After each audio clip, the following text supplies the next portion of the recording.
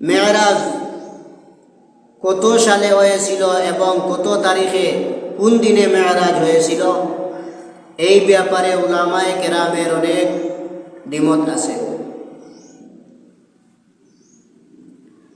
সিরতে মুস্তফা এবং সিরতে ইবনে হিশাম, এই দুই কিতাব বিশ্বনবীর জীবনী, এই দুই কিতাবের মধ্যে অনেক মতভেদ আলোচনা করেছেন। নবীজির মেরাজ কত সালে হয়েছিল এবং কোন তারিখে কোন দিন হয়েছিল, এ ব্যাপারে অনেক মতামত পাওয়া যায়। এই কারণে ইতিহাসবিদগণ ইবনে আসাকির লিখেছেন, নবীজি সাল্লাল্লাহু আলাইহি ওয়াসাল্লামের মেরাজ হয়েছিল নবুয়ত প্রাপ্তির প্রথম দিকে। আর ইতিহাসবিদ আল্লামা ইবনে ইসহাক, উনার মত অনুসারে নবীজির মেরাজ হয়েছিল নবুয়ত লাভের 10 বছর পর। ইমাম বাইহাকি রহমতুল্লাহি তাআলা আলাইহি মুসা ইবনে উকবার সূত্রে ইমাম জুহরি রাহিমাহুল্লাহ থেকে বর্ণনা করেছেন, নবীজির মেরাজ হয়েছিল হিজরতের 1 বছর পূর্বে। ইসমাইল এবং হাকিম ইমাম সুদ্দি থেকে বর্ণনা করেছেন, নবীজির মেরাজ হয়েছিল হিজরতের 16 মাস পূর্বে। অর্থাৎ এই সকল বর্ণনার অনুপাতে বিশ্বনবীর মেরাজ হয়েছিল 51 বছর যখন নবীজির। এই সকল বর্ণনা দ্বারা বোঝা যায় নবীজির 51 বছরের কাছাকাছি যখন বয়স, ওই সময় 51 বছর যখন নবীজির, ওই সময় নবীজির মেরাজ হয়েছিল।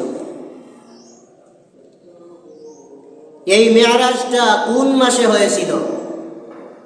যেহেতু আমাদের সমাজে প্রচলিত আছে রজব মাসে মেরাজ হয়েছিল, এবং ইতিহাসবিদ এবং উলামায়ে কেরাম তাদের মতামত আছে কোন মাসে নবীজির মেরাজ হয়েছিল।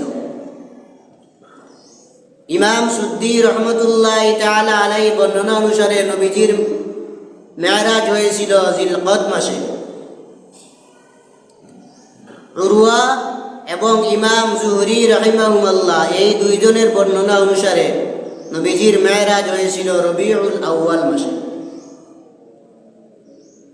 আবু বকর ইবনে শয়বা, ইমাম আবু বকর ইবনে শয়বা, জাবির রাদিয়াল্লাহু তাআলা আনহু এবং ইবনে আব্বাস রাদিয়াল্লাহু আনহুমা, এই দুইজন থেকে বর্ণনা করেছেন, নবীজি সাল্লাল্লাহু আলাইহি ওয়াসাল্লামের জন্ম হয়েছিল আমুল ফিল 12 রবিউল আউয়াল সোমবার, যে বছর হাতি বাহিনী দ্বারা আব্রাহাম বাদশাহ কাবা শরীফের উপরে আক্রমণ করেছিল, এই বছর নবীজির জন্ম হয়েছিল 12 রবিউল আউয়াল সোমবার।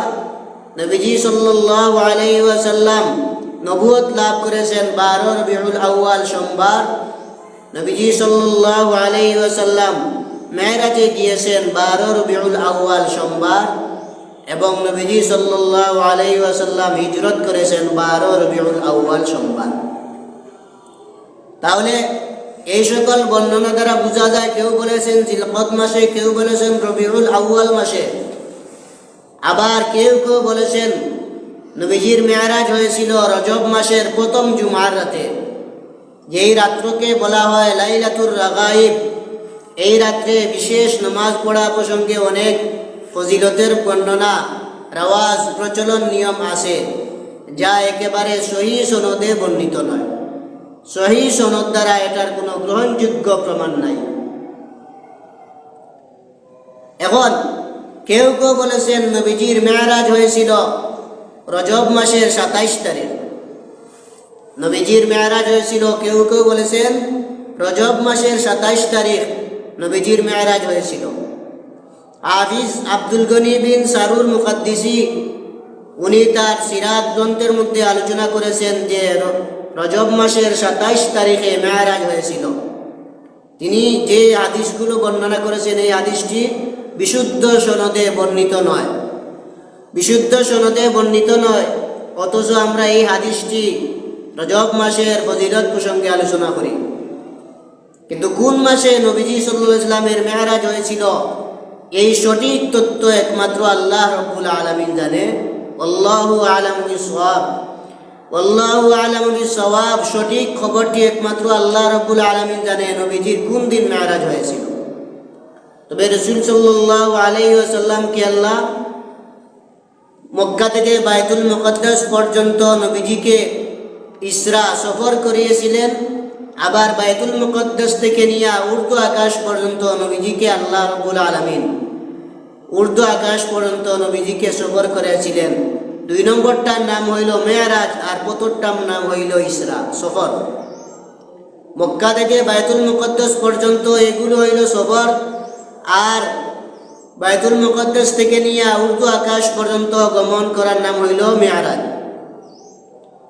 এই বৈশিষ্ট্যটা একমাত্র আখিরি নবীকে আল্লাহ রাব্বুল আলামিন দান করেছেন। আখিরি নবীর বৈশিষ্ট্য হিসাবে আল্লাহ মেরাজ দান করেছেন, উর্দু আকাশ পর্যন্ত যাওয়ার আল্লাহ পদ্ধতি করে দিয়েছেন।